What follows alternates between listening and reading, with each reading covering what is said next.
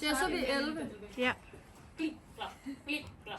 Okay, så det her, det er hold 11's idé. Vi har valgt at lave et bæredygtigt plejehjem med døvehus på toppen, hvor der er det her plejehjem, der hører til også, som en anden bygning for sig selv, hvor der er solceller på toppen, og så er der vindmølle for mere bæredygtig energi. Inde i plejehjemmet er der en iPad, hvor borgerne selv kan være med til sådan at regulere deres medicin og sådan noget der, og ja, hvor de sådan selv kan have medbestemmelse over tingene. Så det er en del af pakken inde i vores plejehjem.